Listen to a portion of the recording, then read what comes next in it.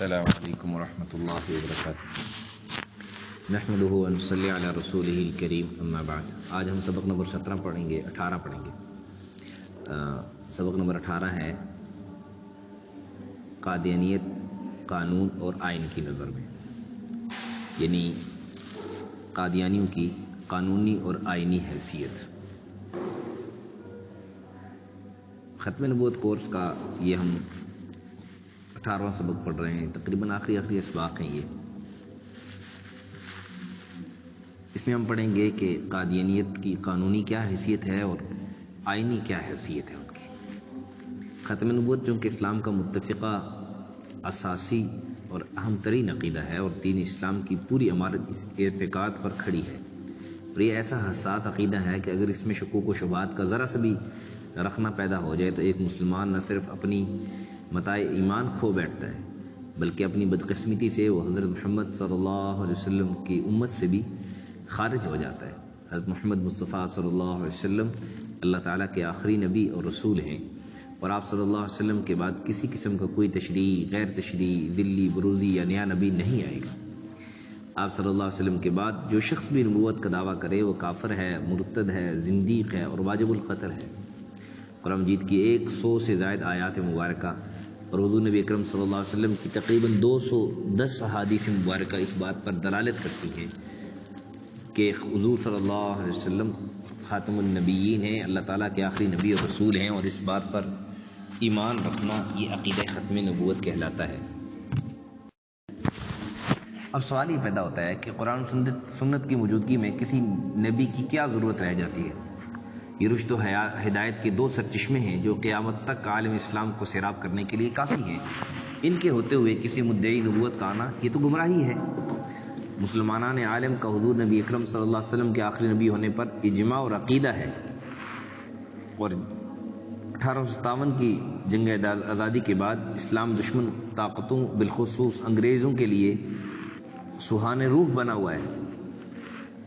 ان کی شدید خواہش تھی اور خواہش ہے کہ کس طرح کوئی ایسا اہتمام ہو جائے کہ مسلمانوں کے دل سے حضور نبی اکرم صلی اللہ علیہ وسلم کی محبت، عقیدت اور جہاد کی روح دونوں ختم ہو جائیں۔ اب چونکہ ایک نبی کے حکم میں ترمیم و تنسیخ دوسرے نبی کے ذریعے ہوتی ہے، چنانچہ حکومت برطانیہ کی سرپرستی اور لالچ پر سیالکوٹ کی ضلع کچہری کے ایک منشی مرزا غلام احمد قادیانی نے اپنے نبی اور رسول ہونے کا دعویٰ کر دیا، اور وہ گوردسپور بھارت کی تحصیل بٹالہ کے ایک پسماندہ گاؤں قادیان کا رہنے والا تھا۔ مرزا غلام احمد قادیانی نے پہلے خود کو عیسائیت اور ہندو مخالف مناظر کی حیثیت سے متعارف کروایا، مسلمانوں کی جذباتی اور نفسیاتی ہمدردیاں حاصل کی، پھر مجدد ہونے کا دعویٰ کیا، پھر محدث ہونے کا دعویٰ کیا، پھر امتی نبی ہونے کا دعویٰ کیا، پھر ذلی نبی ہونے کا، پھر بروزی نبی ہونے کا، پھر مسیح ہونے کا، پھر مسیح موعود ہونے کا دعویٰ کرتے ہوئے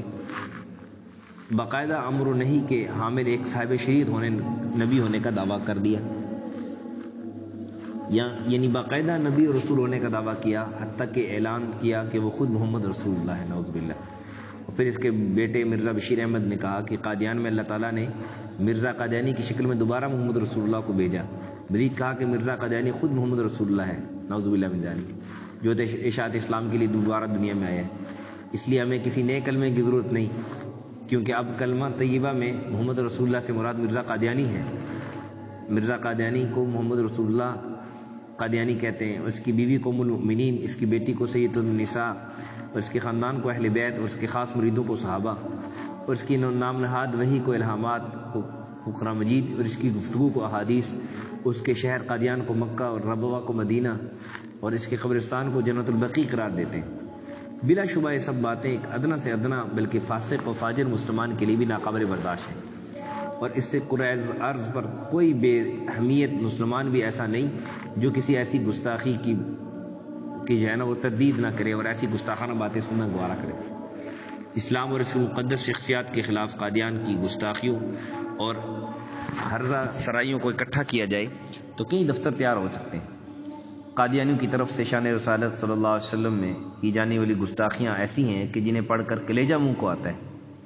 پنڈت جوہر لال نہرو کے نام ایک خط میں علامہ اقبال نے فرمایا تھا کہ قادیانی اسلام اور ملک دونوں کے غدار ہیں۔ قادیانیوں کے کفری عقائد، عزائم کی بنا پر ملک کی منتخب جمہوری حکومت نے متفقہ طور پر 7 ستمبر 1974 کو انہیں غیر مسلم اقلیت قرار دیا اور آئین پاکستان کے شق 106(2), 106(2) اور 260(3) میں اس کا اندراج کر دیا، اور جمہوری نظام میں حکومت میں کوئی بھی اہم فیصلہ ہمیشہ اکثریتی رائے کی بنیاد پر کیا جاتا ہے۔ لیکن دنیا کی تاریخ کا واحد واقعہ ہے کہ حکومت نے فیصلہ کرنے سے پہلے قادیانی کی جماعت کے سربراہ مرزا ناصر کو پارلیمنٹ میں حاضر ہونے اور اپنا نقطہ نظر پیش کرنے کے لیے بلایا۔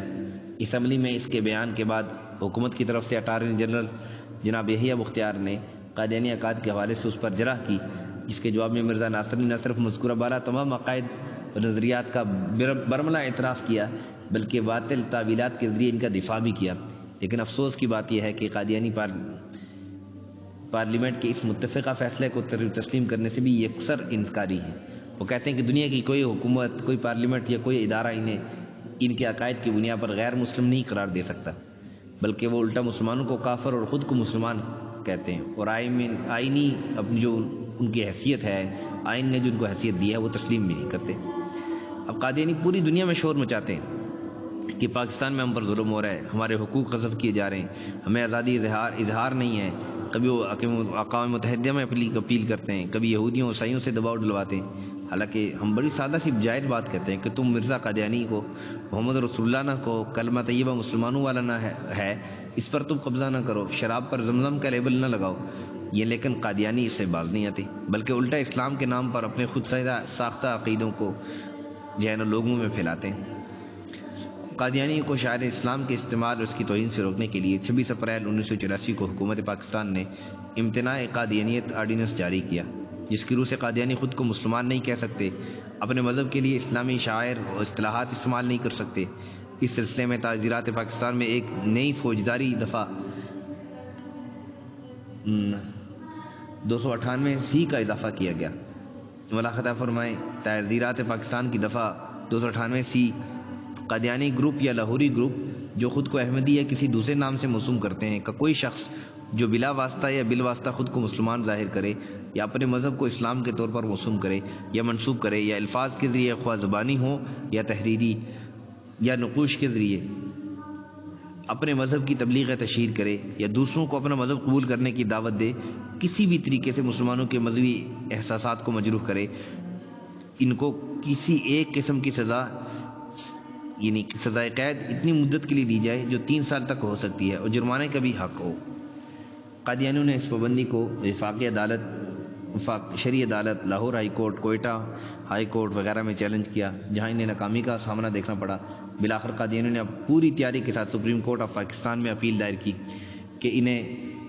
شاعر اسلامی استعمال کرنے کی اجازت دی جائے۔ سپریم کورٹ آف پاکستان کے فل بینچ جو جناب جسٹس عبدالقدیر چودھری صاحب، جناب جسٹس شفیع الرحمان، جناب جسٹس محمد افضل لون صاحب، جناب جسٹس سلیم اختر صاحب، جسٹس ولی محمد خان پر مشتمل تھا، اس نے اس کیس کی مکمل مفصل سماعت کی۔ دونوں اطراف سے دلائل و براہین دیے گئے، اصل کتابوں سے متنازع ترین حوالہ جات پیش کیے گئے۔ یہ بھی یاد رہے کہ سپریم کورٹ کے جج صاحبان کسی دینی مدرسہ یا اسلامی دارالعلوم کے مفتی نہیں تھے، بلکہ انگریزی قانون پڑھے ہوئے تھے۔ ان کا کام آئین و قانون کے تحت انصاف مہیا کرنا ہوتا ہے۔ فاضل جج صاحبان نے جب قادیانی عقائد پر نظر دوڑائی تو وہ لرزہ کر رہ گئے، اور فاضل جج صاحبان کا کہنا تھا کہ قادیانی اسلام کے نام پر لوگوں کو دھوکہ دیتے ہیں، جبکہ دھوکہ دینا کسی کا بنیادی حق نہیں، اور نہ ہی اس سے کسی کے حقوق سلب ہوتے ہیں کہ کسی کو دھوکے سے منع کیا جائے۔ سپریم کورٹ آف پاکستان کے فل بینچ کے تاریخی فیصلہ ظہیر الدین بنام سرکار کی روح سے کوئی قادیانی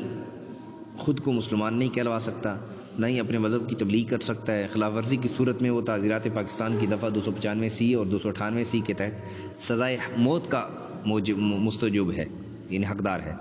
اس کے باوجود قادیانی آئین اور قانون اور اعلیٰ عدالتی فیصلوں کا مذاق اڑاتے ہوئے خود کو مسلمان کہلاتے ہیں، اپنے مذہب کی تبلیغ کرتے ہیں، گستاخانہ لٹریچر تقسیم کرتے ہیں، شاعر اسلام کا مذاق اڑاتے ہیں، اسلامی مقدس شخصیات اور مقامات کی توہین کرتے ہیں۔ ستم ظریفی کا یہ ہے کہ قادیانیوں کی ان آئین شکن خلاف قانون اور انتہائی اشتعال انگیز سرگرمیوں پر قانون نافذ کرنے والے ادارے مجرمانہ غفلت اور خاموشی اختیار کیے ہوئے ہیں، جس سے بعض اوقات لا اینڈ آرڈر کی صورتحال پیدا ہو جاتی ہے۔ خود سپریم کورٹ کے فل بینچ نے اپنے نافذ العمل فیصلہ میں لکھا ہے کہ یہ بات قابل غور ہے کہ صرف پاکستان میں ہی نہیں بلکہ دنیا بھر کے قوانین ایسے الفاظ اور جملوں کے استعمال کا تحفظ کرتے ہیں جن کا مخصوص مفہوم اور معنی ہو، اگر وہ دوسروں کے لیے استعمال کیے جائیں تو لوگوں کو دھوکہ دینے اور گمراہ کرنے کا سبب ہوتا ہے، اور جو لوگ دوسروں کو دھوکہ دیتے ہیں اور ان کی حوصلہ شکنی ہونی چاہیے۔ پاکستان ایسی نظریاتی ریاست میں قادیانی جو کہ غیر مسلم ہیں اپنے عقیدے کو اسلام کے طور پر پیش کر کے دھوکہ دینا چاہتے ہیں۔ یہ بات خوش آئند اور لائق تحسین ہے کہ دنیا کے اس خطے میں عقیدہ آج بھی ہر مسلمان کے لیے سب سے قیمتی سامان ہے۔ وہ ایسی حکومت کو ہرگز برداشت نہیں کرے گا جو ایسی جعل سازیوں اور کا وہ ارتکاب کرے اور اسے تحفظ فراہم کرے۔ قادیانی اصرار کرتے ہیں کہ انہیں نہ صرف اپنے مذہب کو اسلام کے طور پر پیش کرنے کا لائسنس دیا جائے، بلکہ وہ یہ بھی چاہتے ہیں کہ اسلام کی انتہائی محترم و مقدس شخصیات کے ساتھ استعمال ہونے والے القابات اور خطابات وغیرہ کو ان گستاخوں غیر مسلموں مرزا قادیانی اور اس کے خلیفوں کے نام ان کے ساتھ چسپاں کیا جائے۔ جو مسلم شخصیات کی جوتی کے برابر بھی یہ لوگ نہیں ہیں۔ حقیقتاً مسلمان اس اقدام کو اپنی عظیم ہستیوں کی بے حرمتی اور توہین اور تنقیص پر محمول کرتے۔ بعض قادیانیوں کی طرف سے ممنوع القابات اور شاعر اسلامی کے استعمال کے اصرار پر اس بارے میں کوئی شک و شبہ باقی نہیں رہنے دیتا کہ وہ قصداً ایسا کرتے ہیں، جو نہ صرف ان مقدس ہستیوں کی بے حرمتی بلکہ دوسروں کو دھوکہ دینے کے مترادف بھی ہے۔ کوئی مذہب بھی، کوئی گروہ بھی قادیانیت، ان دھوکہ دہی اور فریب کاری کو جو جیسے یہ اپنا حق سمجھتے ہیں ایسا کوئی بھی نہیں کرتا۔ اس سلسلے میں عدالتوں سے وہ مدد طلب کرتے ہیں۔ یہ اگر قادیانی دوسروں کو دھوکہ دینے کا ارادہ نہیں رکھتے تو اپنے مذہب کے لیے نئے القابات وغیرہ کیوں نہیں بنا لیتے؟ کیا انہیں اس بات کا احساس نہیں کہ دوسرے مذاہب کے شاعر مخصوص نشانات، علامات اور اعمال پر انحصار کر کے وہ خود اپنے مذہب کی ریاکاری کا پردہ چاک کر رہے ہیں؟ اس صورت میں اس کے معنی یہ بھی ہو سکتے ہیں کہ ان کا نیا مذہب اپنی طاقت، میرٹ اور صلاحیت کے بل پر ترقی نہیں کر سکتا یا فروغ نہیں پا سکتا، بلکہ انہیں دھوکے پر انحصار کرنا پڑتا ہے۔ ہر مسلمان کے لیے جس کا ایمان پختہ ہو لازم ہے کہ رسول اکرم صلی اللہ علیہ وسلم کے ساتھ اپنے بچوں، خاندان اور والدین اور دنیا کی ہر محبوب ترین شے سے بڑھ کر پیار کرے۔ یہ صحیح بخاری کی حدیث ہے۔ کیا ایسی صورت میں کوئی مسلمان کو مورد الزام ٹھہرا سکتا ہے اگر وہ ایسا دل آموز مواد جیسا کہ مرزا صاحب نے تخلیق کیا سنے، پڑھنے یا دیکھنے کے بعد اپنے آپ پر قابو نہ رکھ سکے؟ ہم اس پس منظر پر قادیانیوں کے 7 سالہ جشن کی تقریبات کے موقع پر قادیانیوں کی اعلانیہ جو ان کی رویے ہیں ان کا تصور کرنا چاہیے اور اس کے رد عمل میں سوچنا چاہیے کہ جس کا اظہار مسلمانوں کی طرف سے ہو سکتا تھا۔ اس لیے اگر کسی قادیانی کو انتظامیہ کیا قانوناً شاعر اسلام کا یہ اعلانیہ اظہار کرنے کی یا انہیں پڑھنے کی اجازت دے دی جائے تو یہ اقدام اس کی شکل میں ایک اور یعنی فتنہ کھڑا کرنے والی بات ہے۔ ہم یہ بھی نہیں سمجھتے کہ قادیانی کو اپنی شخصیات، مقامات اور معمولات کے لیے نئے خطابات یا القاب کا نام وضع کرنے کے میں کسی دشواری کا سامنا کرنا پڑے گا۔ آخرکار ہندوؤں، عیسائیوں اور سکھوں اور دیگر برادریوں نے بھی تو اپنے بزرگوں کے لیے القابات اور خطابات بنائے رکھے ہیں، اور آئین اور قانونی اور عدالتی فیصلوں کے باوجود قادیانی تحریر و تقریر، جلسہ جلوس اور لٹریچر کی تقسیم اپنے اجتماعات سے یہ باز نہیں آتے ہیں اور شاعر اسلام کی توہین کرتے رہتے ہیں۔ اس سلسلے میں انہیں انتظامی کی مکمل سرپرستی حاصل رہتی ہے۔ بہت کم افسران ایسے ہیں جو تعزیرات پاکستان میں موجود قادیانیوں کے خلاف اسلامی سرگرمیوں پر پابندی کی دفعہ 298 اور اس کی عدالتی تاریخ سے واقف ہوں۔ یہ ظلم نہیں ہے تو اور کیا ہے کہ پورے پاکستان میں شاید ہی کوئی افسر ایسے ہوں جس نے قادیانیوں کی طرف سے توہین اور رسالت صلی اللہ علیہ وسلم کے اجتماعی اور مسلسل ارتکاب پر سپریم کورٹ کے اندر اس مذکورہ تاریخی فیصلے کے مطالعے کی زحمت گوارا کی ہو، جو پاکستان میں امن و امان قائم کرنے کے لیے ایک سنگ میل ثابت ہو سکتا ہے۔ اس سے بڑھ کر قانون کے ساتھ اور کیا شرمناک مذاق ہو سکتا ہے؟ حکومت اگر پارلیمنٹ اور قانون کی بالادستی پر یقین رکھتی ہے تو وہ قادیانیوں کو آئین، قانون اور عدالتی فیصلوں کا پابند کرے تاکہ ملک پھر کسی بھی لا اینڈ آرڈر کی صورت حال پر مسلم ملک کے اندر پیدا نہ ہو۔ یہ قادیانیوں کی قانونی اور آئینی حیثیت آپ کے سامنے رکھی۔ اللہ سے دعا ہے کہ اللہ انہیں ہمیں ان کے شر سے ہمیں بچنے کی توفیق نصیب فرمائے۔ وآخر دعوانا الحمدللہ رب العالمین۔